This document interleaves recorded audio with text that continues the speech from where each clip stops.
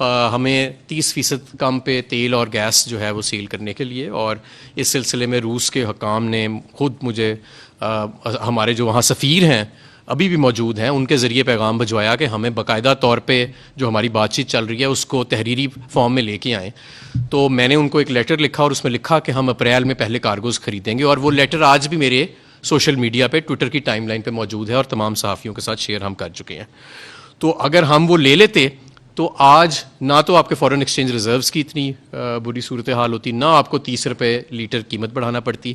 آپ دیکھیں کہ ہمارا ہمسایہ ملک ہندوستان وہ روس سے سستا تیل لے رہا ہے، اور انہوں نے 25 روپے پاکستانی 25 روپے لیٹر اسی دن، اس سے 2 دن پہلے کم کیے جس دن 30 روپے لیٹر ہماری حکومت نے یہاں پہ تیل کی قیمتوں کو بڑھایا. معیشت میں سمجھتا ہوں مزید زیادہ دن ایسے سسٹین نہیں کر سکتی. ایف آئی اے میں کیسوں کی پیروی ختم کرا دینا، نیب کو بالکل ختم کر دینا، اپنی مرضی کا نیب کا چیف، اپنی مرضی کا لیڈر آف اپوزیشن لگا لینا، یہ قیمت، یہ تو ان کے اپنے ذاتی اقتدار کی خاطر ہے. لیکن جو اس وقت ملک کی معیشت کے ساتھ ہو رہا ہے، اور یہ وہ معیشت تھی جو مارچ کے شروع میں جہاں پہ یہ کرائسس بالکل دور دور تک موجود نہیں تھا، اور ہم آپٹمزم تھا پوری معیشت کے اندر. آپ کی بڑے درجے کی صنعت جو تھی وہ 26% اس میں اضافہ ہوا مارچ کے مہینے کے اندر. ایکسپورٹس آپ کی $32 ارب، گڈز اینڈ سروسز کی ایکسپورٹس $38 ارب، ریمیٹنسز آپ کے $32 ارب پہ چلے گئے. تو یہ وہ ملک تھا، یہ اس کی معیشت تھی. اور آج یہ صورتحال ہے کہ یورو بانڈز آپ کے 25 سے 30% پہ فلوٹ کر رہے ہیں، یعنی اس ملک کے برابر جو دیوالیہ ہونے کے قریب ہوتے ہیں. تو یہ اس وقت صورتحال ہے.